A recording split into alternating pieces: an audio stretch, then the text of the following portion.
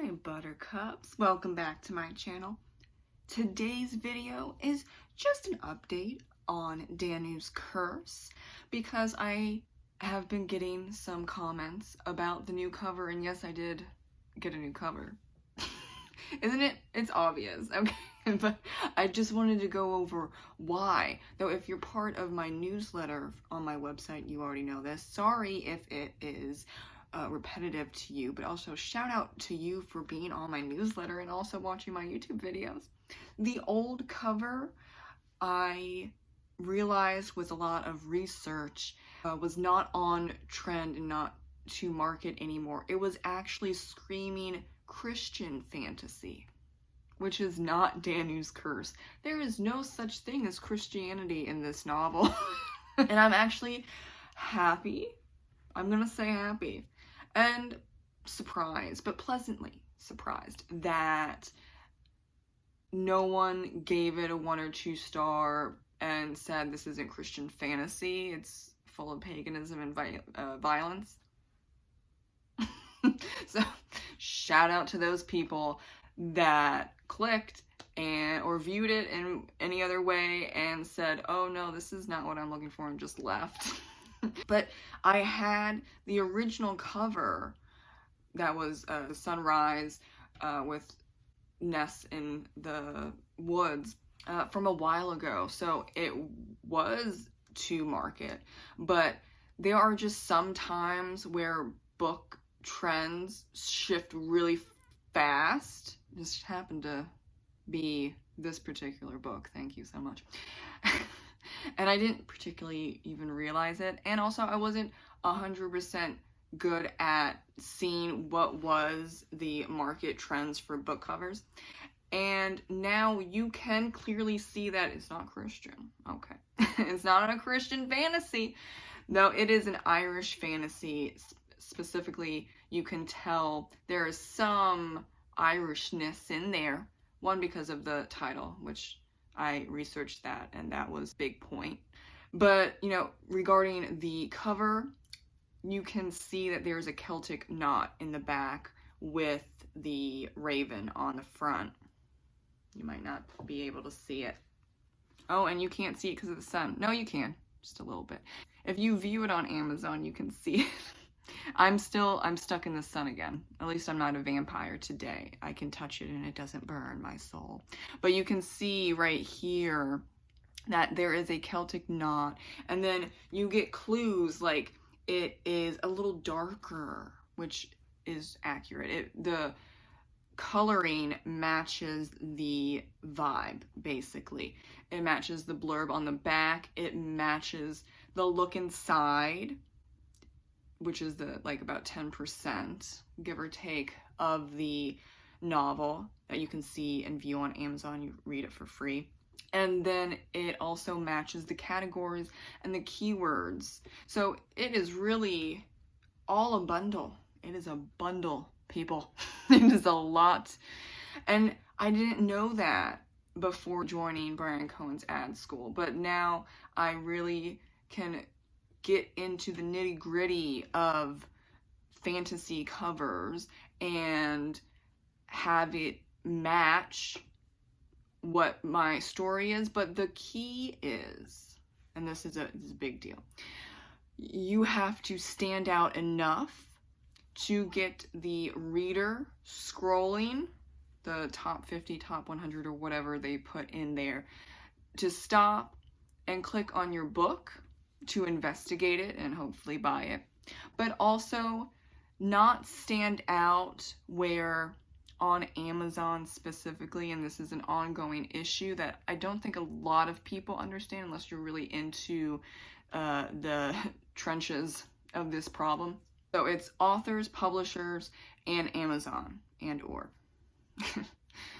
whoever isn't doing the background stuff will put you in wrong categories. Or there is a big thing with romance and lit RPG.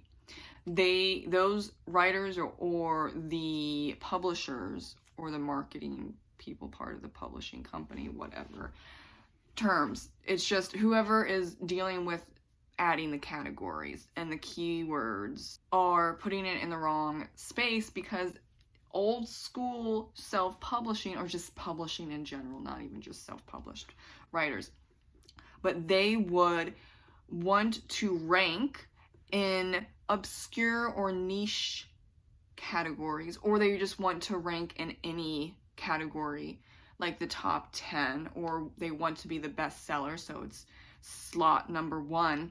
And this is still a thing that is happening, and it doesn't work anymore. Because if your book, like my book, original book cover, not this cover, but the original book cover was in Irish fantasy, there's no green there, there's no blues, there's no Celtic knot, there's no specific imagery that people that read Irish fantasy will clue in on and say, oh, that is that book. They were scrolling because they thought, unconsciously or consciously, that the original cover was Christian fantasy, and that's what it said. It would work in Christian fantasy, but it does not work in Irish fantasy, and it doesn't work in any other fantasy subgenre. So that is the prime example of why book covers do matter. And when people say, I don't judge a book by its cover, you're doing it unconsciously. I only know maybe 1 or 2 people that really don't judge a book by its cover, and props to you, but the vast majority of people do. And also, I think that it is not a good marketing strategy to not know the trends, because like I said, if a Christian fantasy reader picked up this book when it was the old cover and read it and was disappointed because that's what the cover says, because that's the trend for Christian fantasy, I'm going to get a 1 or 2 star review. In a lot of cases regarding the book covers, the reader expectation is there, but you didn't hit it, so you're gonna have to take that blow for the 1 or 2 star books because you didn't do enough research, or you didn't care to do the research, that's hard to accept. I totally get it.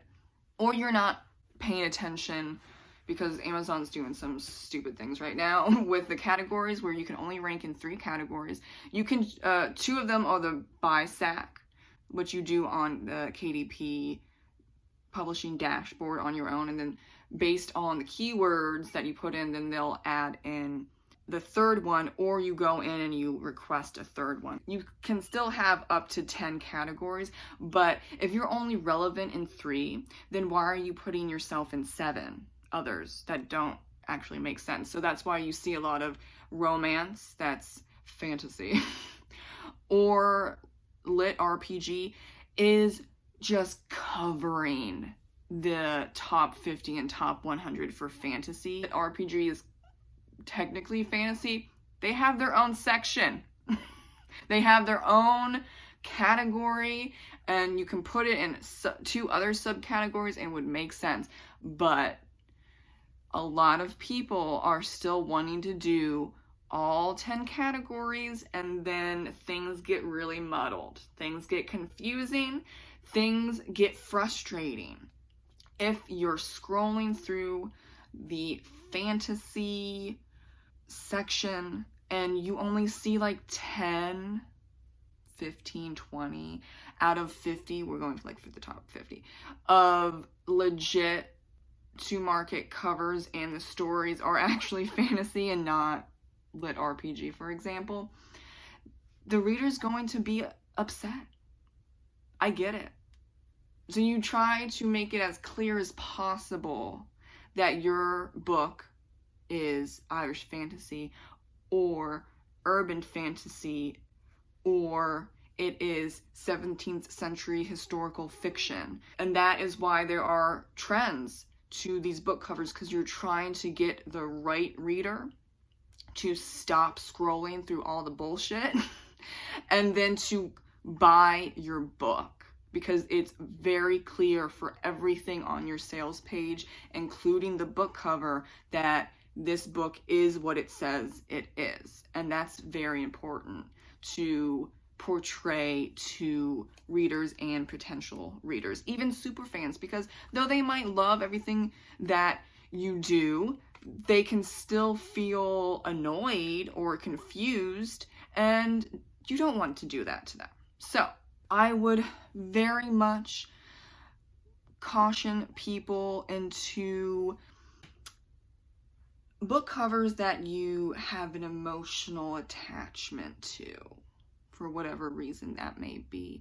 And just do your homework on what the expectations are, and then find a cover artist that is well known or semi well known in that genre, and then study their works as well.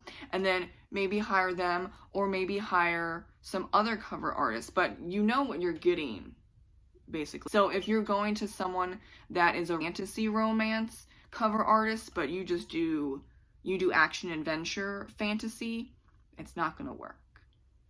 It's not, because they're geared, and their specialty is fantasy romance. You're not wanting any of that, because you're gonna get some bad reviews if that is what you have chosen to portray for your book cover. And you can have the most gorgeous book cover, the most expensive book cover, but that doesn't mean that it's going to sell your book, because it has to match your sales page and the information that you or your publisher has put on that sales page to represent the story inside, and it has to match those expectations so the reader understands, oh, this is an Irish fantasy, not a Christian fantasy set during a time in Ireland where Christianity was present.